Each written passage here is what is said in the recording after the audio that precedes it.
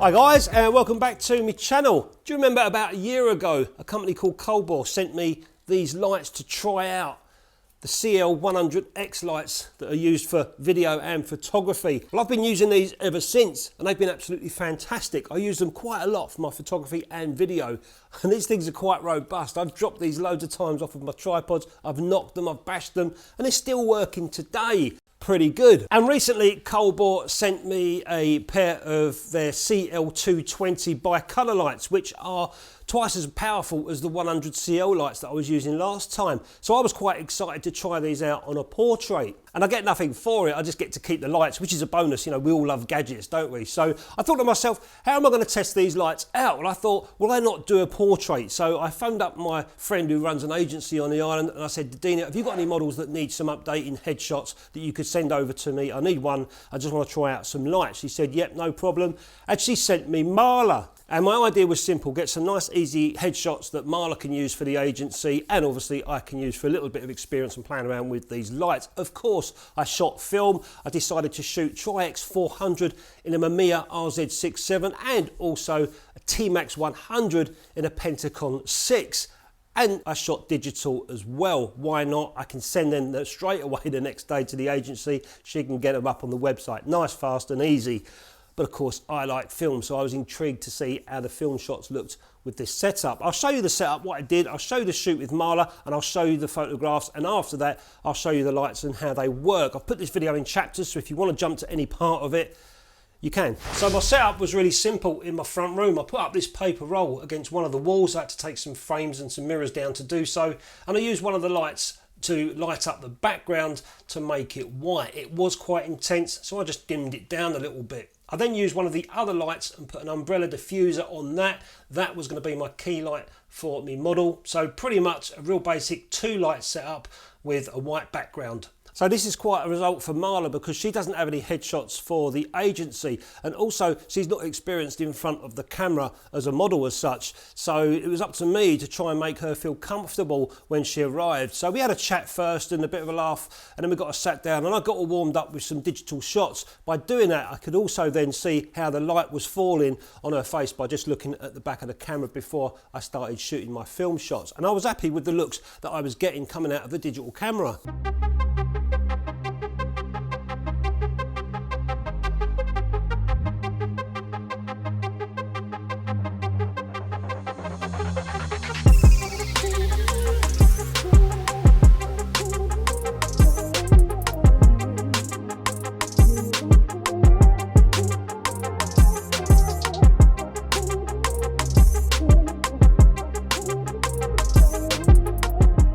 And then once Marla got used to the camera, used to me, and she was enjoying the shoot, I then started to shoot some film. I told her a little bit about film photography and what it does, because being young, she ain't got a clue about what film was like back in the day. And I got the Mamiya RZ67 out, I knocked out those shots, and then also got the Pantacon Six out, and I've done those shots as well. And I also got the Intrepid 4x5 camera out and took 2 shots with TMAX 100 as well. So while I had Marla here using these lights, I thought it'd be a good opportunity to try a bunch of films and some different cameras and see how they turned out. And they all turned out really nice. Apart from the Pentacon Six, for some reason, they was a little bit out of focus, quite soft. And when I'm shooting portraits under this sort of condition, I like shooting shallow depths of field, kind of 2.8s, f4s, 5.6 probably at the most. And which was quite handy because on the Trix 400 I was shooting f4 at 1/60th of a second. I was overexposing there by a stop, and with the Pentacon 6 I was shooting 1/60th of a second at f2.8, so I was getting this nice soft portraits, but also by shooting at 1/60th of a second with these constant lights, I was able to use Marla's mum, who also turned up, and she was wafting Marla's hair, so it was kind of just blowing a little bit, and I was capturing that at the same time. So that worked out really well. And one of the good things about constant lights is I can see and I can mold the lighting around the model. I can actually see what I'm doing before I take any photographs. Of course, you've got flash strobes with modelling lights as well, but I like working with constant lights. So these are a bonus for me going forward for my portraits.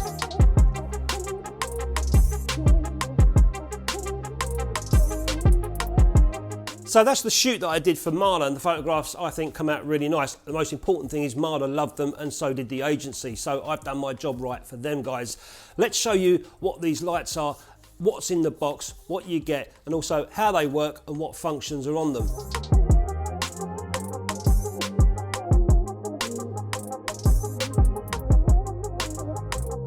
So the lights come in this nice box that Colbor give you, like a carry bag. I've already used mine, so it's gone everywhere, but I'll show you how it is inside the bag.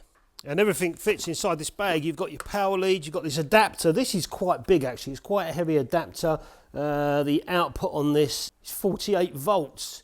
250 watts, 5.2 amp. So it's quite a large adapter. And then you've got the actual unit itself. There it is there. You've got this protective cover for the bulb or the LED component in the front, and they also give you a reflector or a modelling shade as well. Bowens fit. Just snaps on like so. So you're pretty much straight out of the box and you're lighting your subject. And this is the unit here, the Colbor CL220, and it feels proper quality. The whole frame is aluminium, and when you put it up against the other light, which I've got, the Colbor CL100, if I can get it off, I thought these were good, but these are twice as powerful. Look at the difference in size. And not a great deal heavier either, but still small and light enough, manageable to be portable, take out with you, etc. You can put batteries on these things, but look at the difference in size. So they feel and look quite professional. There's only a couple of gripes. I just think to myself, there's a bit too much plastic on them, like the knobs at the back are made of plastic. Why couldn't they be metal just for a more solid feel? Other than that, the whole bracket here that goes onto a stand, that's all made of plastic. The little tiny butterfly, or what these nuts are, they're made of plastic or printed 3D or whatever. But it does feel quality. It doesn't feel crappy plastic, and it's all finished off nicely. And if we turn this here, this turns all the way around, and you can adjust the light anywhere that you want. So it's all there, but there again, there's a price for everything, and these things are really well priced. I'll put the price up now for you. So these bash out 220 watts of power, and they were certainly bright enough for me to do that portrait, and they're certainly bright enough for me to do any product photography that I want to do indoors, or talking to you guys as I am now, using these lights. So on the back of the unit, you've got your little display, you've got two knobs, you've got some function buttons. Over this side, you've got all your normal effects like candle, TV mode, lightning and stuff like that. To be honest with you, I'd never use them, but I suppose if you're making movies and you need a scene where there's lightning meant to be outside and it's coming into the front room, you can turn it into lightning mode and it will give you the effect of lightning.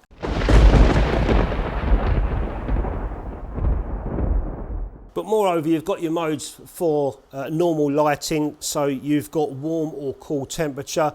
And this unit goes from 2700 Kelvin, which is quite warm, all the way to 6500 Kelvin, which is very cool. At the moment, I think I've got these set to about 4500, so it's just in between cool and warm on my face at the moment. And of course, you've got your intensity as well.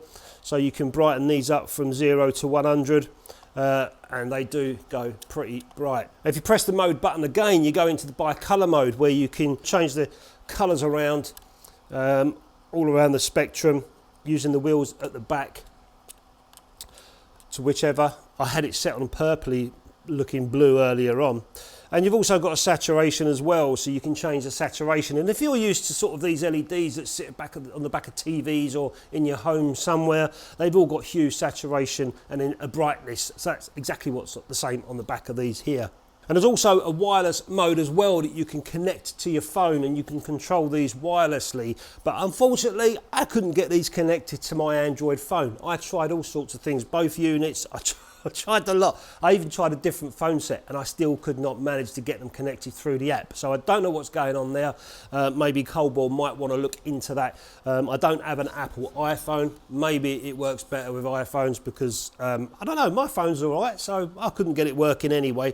And to be honest with you, when I use these lights and other lights, I never use the app anyway. I just use the actual light unit itself. I can't be bothered to pull up the app on my phone, but I suppose it's handy if the lights are quite high up and you can control the app without jumping jumping up and down ladders, but I don't need to get on ladders to do my work.